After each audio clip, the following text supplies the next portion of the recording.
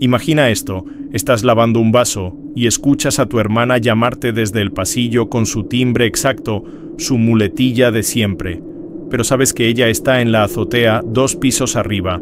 ¿Lo sentiste?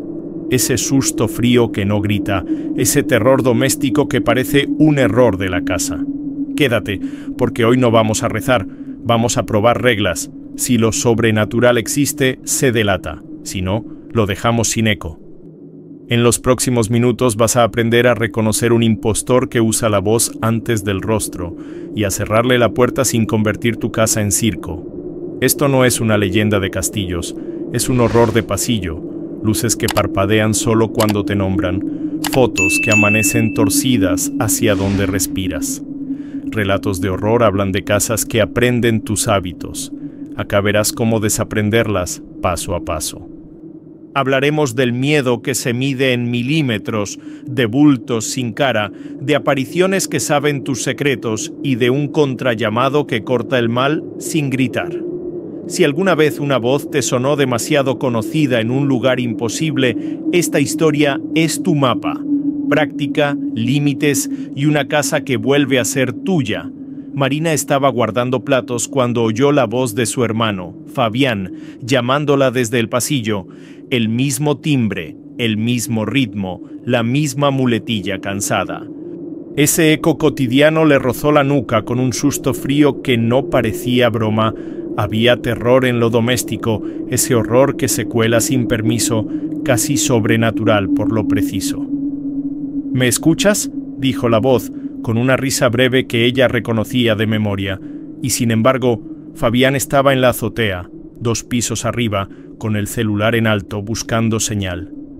Marina no era de nervios, pero el miedo se instala como un bulto oscuro cuando la costumbre suena en el lugar equivocado. El reloj del microondas marcaba 3:07 y la luz del pasillo parpadeó, como si tragara aire. Quiso creer en una explicación lógica, pero los relatos de horror que oyó de niña se acomodaron detrás de sus ojos. El sobresalto no tenía grito, era un silencio con forma, una aparición que parecía aprender su intimidad. Algo doméstico, suave y sombrío, como una manta que huele a alguien que ya no está. Volvió a oír la muletilla. Mari, con ese arrastre dulce al final de la I. La precisión le dio más terror que cualquier golpe en la puerta. Era un horror de oído, microscópico y sobrenatural. Marina respondió con la duda pegada a la lengua. Estoy aquí.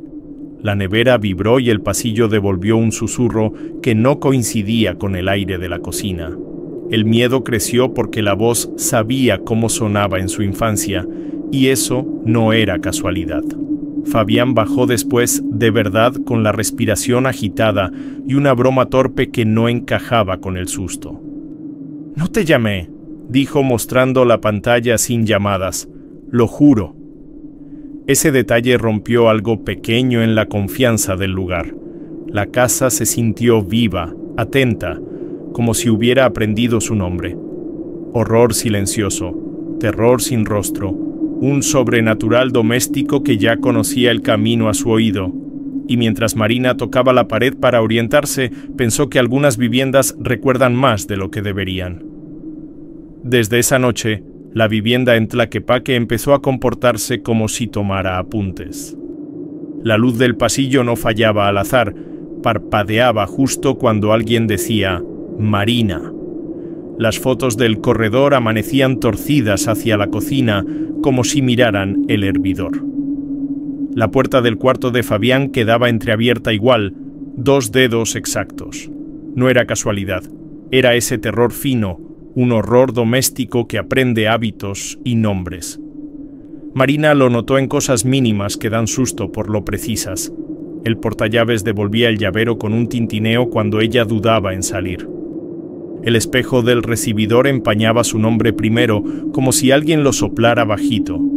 Relatos de horror viejos le vinieron a la cabeza, casas que devuelven el llamado si las tratas como gente. Había un aire sobrenatural, una silueta sin forma rondando la rutina, una aparición discreta.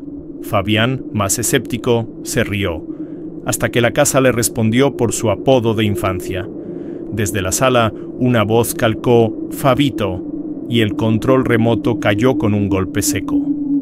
Ahí el miedo dejó de ser cuento y se volvió procedimiento. Observar, anotar, comparar. La vivienda parecía un animal entrenado, atento al ritmo de sus pasos y sus muletillas. Horror sin estridencia, apenas un roce en la nuca que te obliga a mirar sobre el hombro. Para probarse cuerdos, hicieron pequeñas trampas.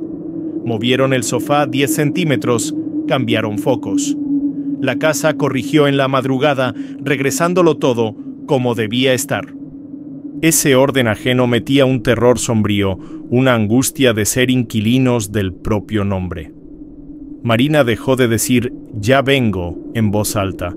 Juraba que alguien la seguía con el oído. Y entonces ocurrió lo peor. La vivienda no solo devolvió hábitos, devolvió una voz conocida sin un rostro. La tercera noche, el impostor afinó la estrategia. Usó la voz antes que el rostro. Marina escuchó a Fabián decir «abre porfa» con el mismo bostezo al final, idéntico. Ese terror de oído es peor que un portazo, es un horror microscópico, casi clínico.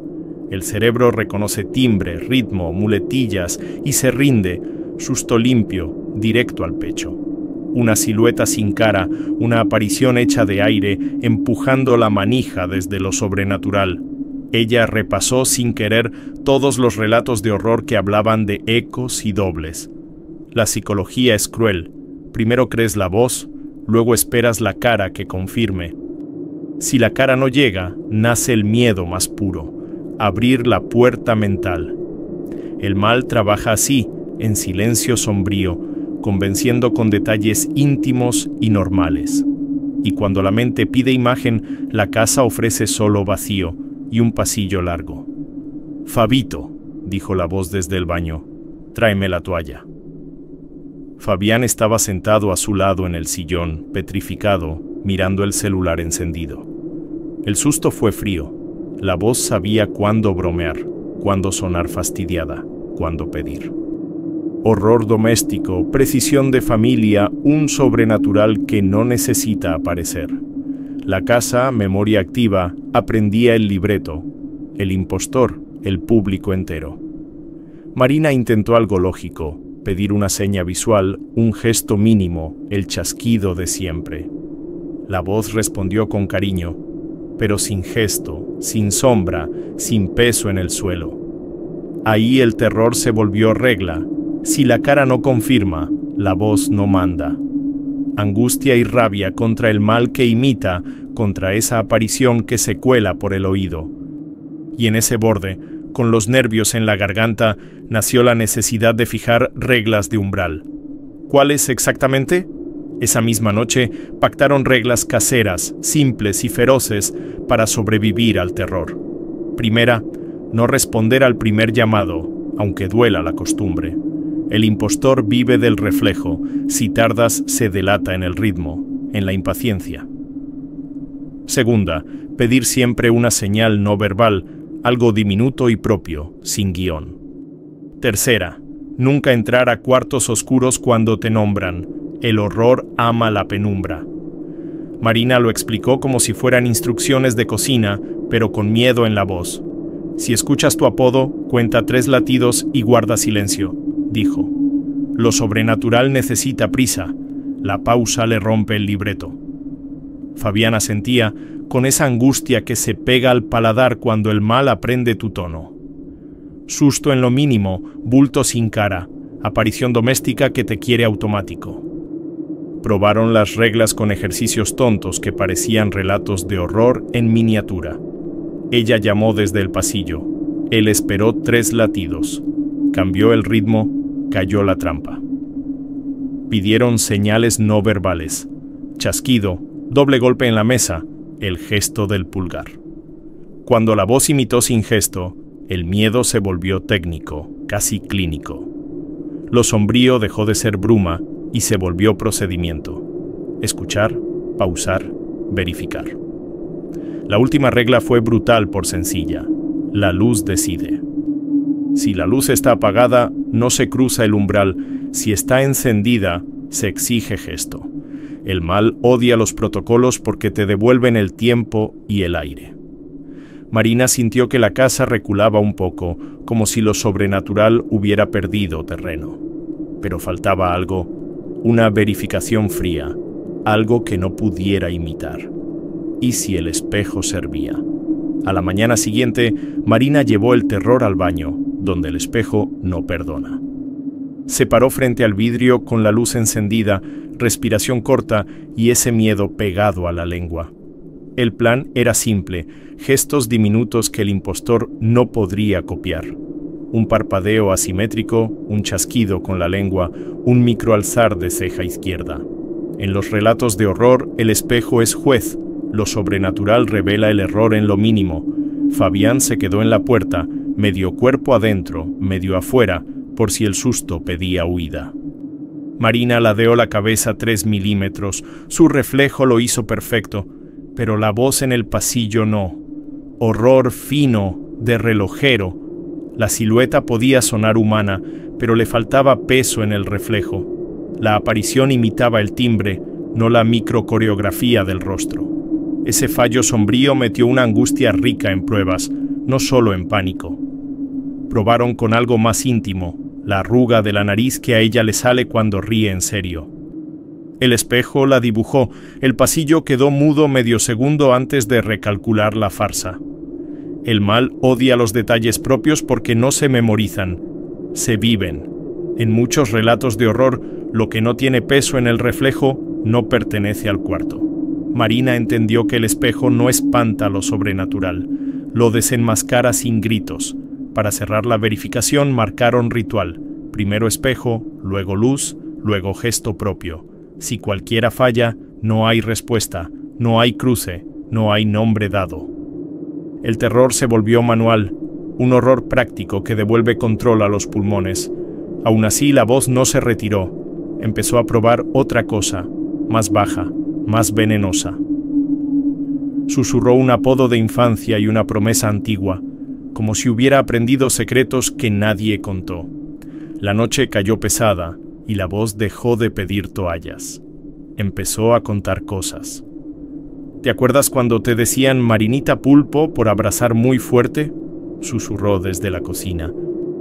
Ese detalle íntimo no aparecía en ningún relato de horror familiar. Era un secreto pequeño. El terror se volvió pegajoso, un horror sombrío que conocía sus vergüenzas de niña. Lo sobrenatural no solo imitaba, guardaba memoria, y eso daba un miedo distinto. Fabián tragó saliva cuando la voz repitió su promesa tonta de los 12. Te juro que nunca te voy a dejar sola si te da susto dormir con la luz apagada. La aparición sabía el tono exacto, con el mismo quiebre en la JG. Ese mal íntimo clava la angustia porque la casa no debería tener archivo de su infancia. Bulto sin cara, biblioteca de murmullos, un sombrío que aprendía sobre la marcha. Marina intentó racionalizar, quizá lo habían dicho en voz alta, quizá un vecino. Pero la voz añadió el lugar, la fecha, el olor a lluvia de esa tarde en Tlaquepaque. Horror clínico, datos precisos que desarman coartadas, relatos de horror convertidos en inventario. Lo sobrenatural parecía revisar cajones que ni ellos tocaban. El miedo cambió de textura. Ya no era susto de pasillo, era invasión del recuerdo. Cuando la voz soltó el apodo que solo su madre usaba al regañarla, Marina entendió el peligro. El impostor no buscaba asustar, buscaba autoridad, entrar por la puerta del cariño. El mal sabe que lo íntimo abre cerraduras que un grito no puede. Angustia real, terror casero, un horror que se sienta a tu mesa y te llama por lo que fuiste. Había que poner un límite con lenguaje, algo que no sonara a magia, un contrallamado que cortara el acceso. Marina decidió responder con técnica, no con gritos, nombre plus verbo de negación. En voz baja, sin rabia, como quien cierra una puerta con llave. «Fabián, no entras», lo repitió lento, marcando el aire, dejando que el terror se encoja sin alimento. No era magia ni rezo, era un límite, lenguaje como cerrojo contra lo sobrenatural. En relatos de horror viejos, a veces basta con nombrar el mal y decirle que no. Fabián practicó su versión mirando al suelo para no alimentar el susto. «Marina, no llamas», pausado, 3 palabras que cortaban la cuerda del impostor. El horror reaccionó con un silencio táctil como si tanteara la pared. Ese vacío sombrío confirmó que el contrallamado hacía mella, aunque doliera, angustia con método, miedo que no huye, miedo que se sienta y establece reglas. Para que funcionara, fijaron protocolo: primero respirar, luego nombrar, luego negar. Nada de explicar, nada de dialogar. El mal negocia si le das pista. El contrallamado debía sonar igual cada vez, como contraseña exacta. Relatos de horror enseñan que la variación confunde al vivo, no a la silueta. Aparición sin cara sí, pero sensible al ritmo que ya no puede manipular. La voz probó desarmarlos con cariño. «Marinita, ábreme, por favor». Ella sostuvo el pulso. Marinita no abre. Y la casa volvió a parpadear. Terror con borde, horror con guión técnico, sobrenatural que pierde terreno. El pasillo quedó más estrecho, como si el eco se hubiera hecho pequeño. Y aún así, sabían que el impostor intentaría lo más viejo. La confrontación en la puerta que, cuando por fin se abre, no trae el rostro esperado. La casa se quedó suspensa a las 3:11 cuando la manija del cuarto de servicio vibró una sola vez. Marina apoyó la mano en la madera. Textura fría, como azulejo mojado, un terror que respira bajito. La voz dijo su nombre con ese bostezo familiar, y el pasillo tragó luz. Ella giró milímetro a milímetro, horror en cámara lenta, relatos de horror escritos por el aire. Lo sobrenatural huele la prisa, por eso no la tuvo, aunque el miedo le subiera a los ojos. El sonido del picaporte fue un latido ajeno, una silueta intentando aprender el pulso de la casa.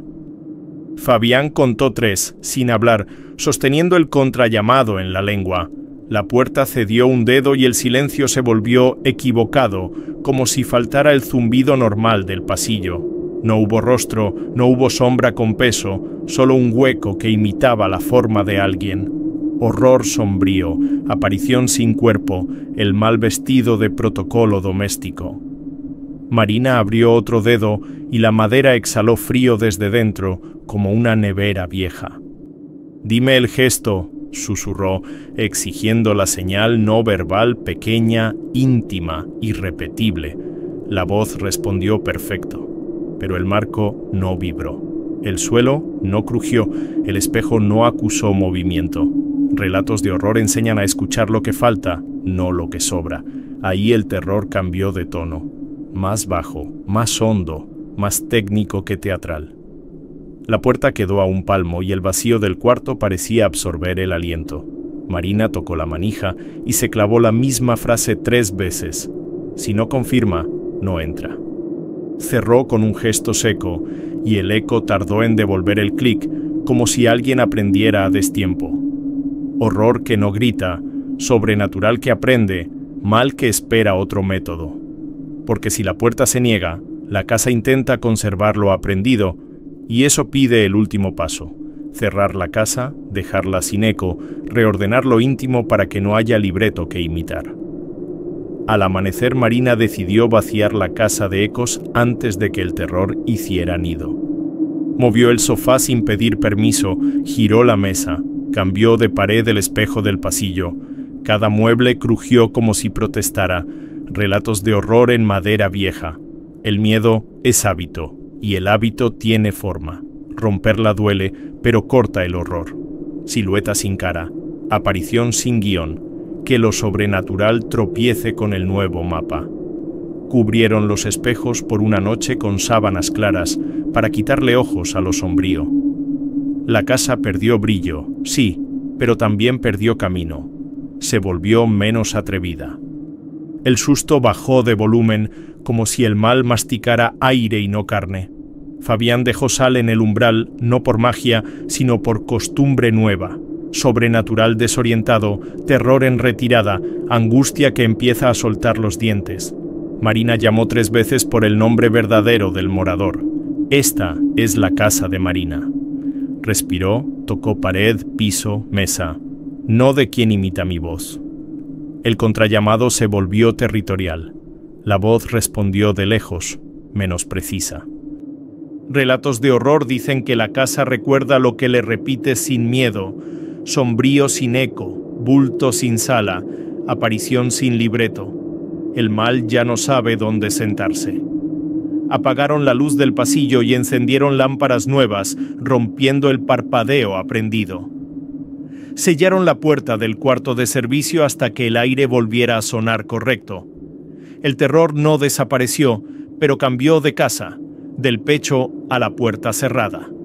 Marina no celebró, solo sostuvo el orden nuevo como quien sostiene un hilo de vida.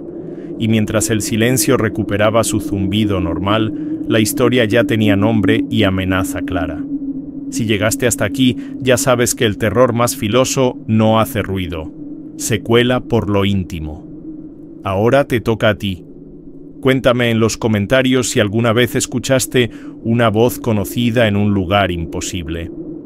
¿Qué detalle te dio el susto? ¿El timbre, la muletilla, el silencio equivocado? Comparte tus relatos de horror. Lo sobrenatural se entiende mejor cuando le ponemos nombre. Quiero leerte. ¿Tu casa aprende hábitos?